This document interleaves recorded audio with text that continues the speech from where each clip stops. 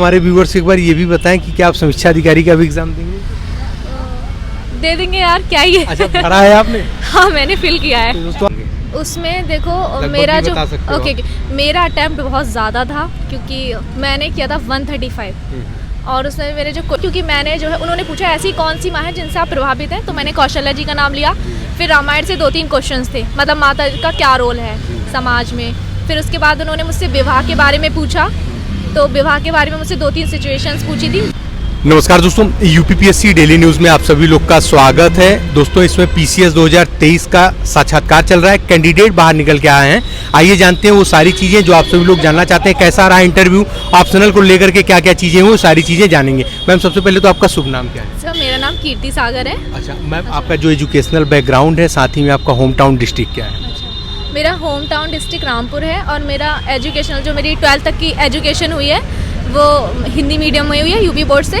उसके बाद मैंने ग्रेजुएशन किया है सिविल इंजीनियरिंग में। अच्छा मैम, जानना चाहेंगे कि आप कोई मेंस को लेकर के कौन सा अटेम्प्ट था और इंटरव्यू को लेकर के कौन सा अटेम्प्ट? मेरा देखो फर्स्ट इंटरव्यू कॉल था, ये 3 अटेम्प्ट। अच्छा, तो कब से आप तैयारी कर रहे हो? 2021 तैयारी करो। इसके पहले कहीं चयनित है?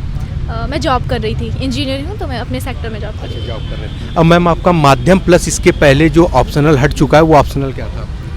ऑप्शनल मेरा एंथ्रोपोलॉजी था। अब माध्यम कौन सा?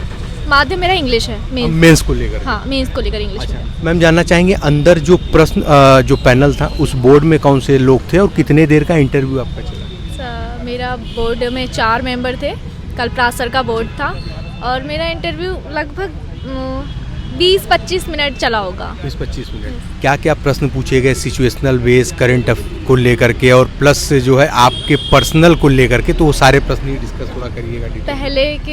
पहले तो मुझसे यही पूछा था कि आप मेरा जो कोड है, मेरा कोड क्या है। फिर मुझसे पूछा कि आपकी रोल मॉडल कौन है, तो मैंने उसको बताया वो मेरी मम्मी है।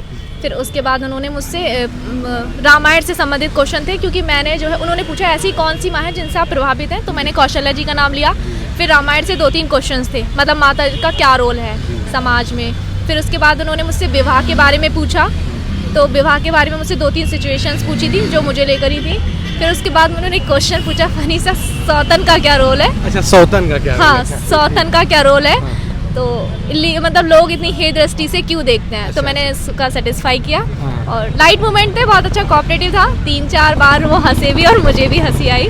और यही सारी चीजें। हाँ, मतलब अगर आप वुमेन हैं तो वीमेन से रिलेटेड क्वेश्चंस बन रहे हैं, और वो बहुत कोऑपरेटिव हैं। अच्छा मैम, जानना चाहेंगे जैसे कि इस बार जो प्रारंभिक परीक्षा हुआ था उसमें आपके कितने नंबर बने थे और मैक्सिमम आपने कितने उसमें अटेम्प्ट किए होंगे? उसमें देखो मेरा जो मेरा अटेम्प्ट बहुत ज़्यादा था, क्योंकि मैंने किया था 135।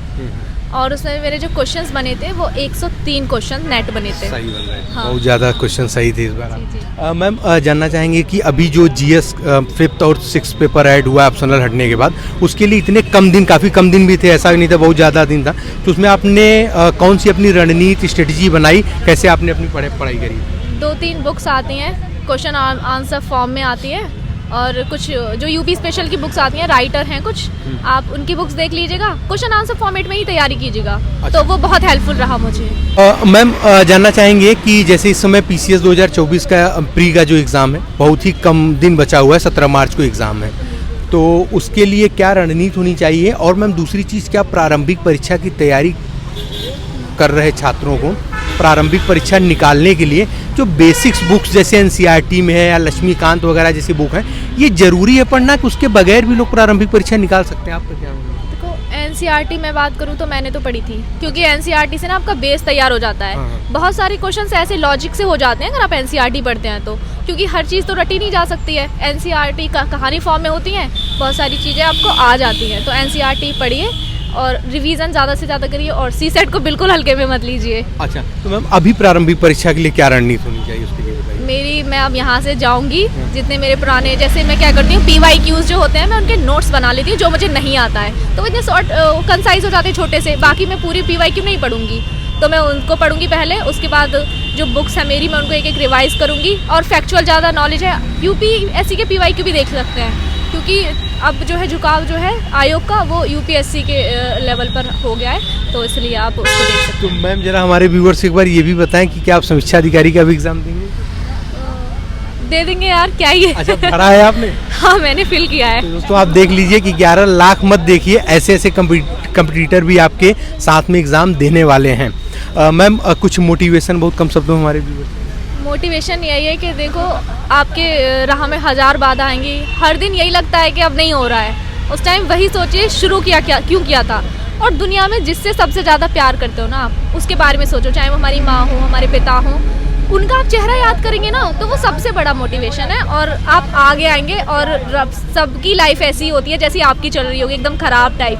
तो ये नहीं सोचना है मेरी लाइफ में सारी प्रॉब्लम्स है, सबकी लाइफ में बहुत प्रॉब्लम्स होती हैं। और वुमेन से स्पेशली कहना चाहूँगी कि लड़कियों आओ, आपका स्वागत कर रहा है बोर्ड भी और आयोग भी, आप आइए तो सही। बहुत बहुत धन्यवाद मैम, बहुत अच्छा आपने इनको मोटिवेट किया है और आपको बहुत बहुत शुभकामनाएं कि इस बार आपका सिलेक्शन किसी बड़े पद के लिए जरूर है। Thank you. तो जी हाँ दोस्तों, जो भी चैनल पर नया है चैनल को सब्सक्राइब करने के साथ साथ बेल आइकन जरूर प्रेस कर दें ताकि उत्तर प्रदेश लोक सेवा आयोग और अन्य भर्ती विभाग की तरफ से कोई भी महत्वपूर्ण अपडेट हो आप तीनों से मिस ना होने पाए। चलिए मिलते हैं अगली वीडियो में, तब तक के लिए जय हिंद, जय भारत, नमस्कार।